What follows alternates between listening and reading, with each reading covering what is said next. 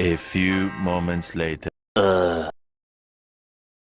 चलें जी अब मैं आगे का व्लॉग आपके साथ शेयर कर रही हूँ। तो जी यहाँ पे मैं अपने ड्रेस प्रेस कर रही थी, तो मैंने सोचा चले आपके साथ भी शेयर करती हूँ। और जी बड़ा खूबसूरत वेदर है बाहर का, वो भी आपको दिखाऊंगी। इसी के साथ जी अभी आ गया था मेरे बच्चों का दूध, तो पहले बच्चों का दूध बॉईल कर लेते हैं, फिर मैंने अफ्तारी की शरबतें भी कुछ रेडी करनी है। तो जी चलें किचन में चलते हैं। किचन में जाते जाते मैं रुक गई थी कि मैं अपने पहले व्यूअर्स को ना बाहर का वेदर चेक करवा देती हूँ कि कितना प्यारा सा वेदर बना हुआ है।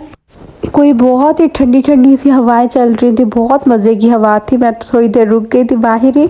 और जी अब मैं आ गई हूँ किचन में। सबसे पहले जी बेटे का बॉयल कर लेते हैं दूध बॉईल करने के बाद फिर मैं कोई जूस वगैरह बना लेती हूँ। फिर अफ्तारी का टाइम भी अब करीब ही आने लगा था, तो जी सबसे पहले अब मैं बना लेती हूँ शरबत। यहाँ पे मैं बनाने लगी थी पहले रूह अफ़ज़ा की शरबत, उसके बाद जी मेरी फैमिली में किसी को टैंग पसंद है तो किसी को रूह अफ़ज़ा पसंद है, तो जी आज मैं रूह अफ़ज़ा बनाऊंगी तो साथ में टैंग बना लूँगी।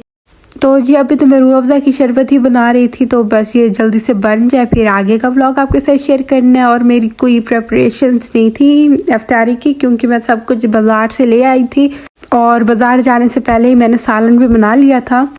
इसी के साथ जी रूह अफ़ज़ा की शरबत मैंने बना ली थी। अब मैं बना रही थी टैंग, और मुझे टैंग का पर्सनली ऑरेंज फ्लेवर बहुत ज़्यादा पसंद है, तो आज मैंने ऑरेंज जूस ही बनाया। तो यहाँ पर जी अब मैंने टेबल भी सेट कर दी थी क्योंकि इफ्तारी का टाइम भी करीब आ गया था। और जी ये जो आप चावल कटलेट्स देख रहे हैं ये मुझे मेरी मामी ने भेजे थे। तो सामने रखी थी ऑरेंज जूस और शरबत, और साइड पे समोसा पकौड़ा रखे हुए थे, और ये रोल सैंडविच जो मैं लेकर आई, और जी ये सामने रखी थी बिरयानी जो कि वो भी मैं बाहर से लाई थी।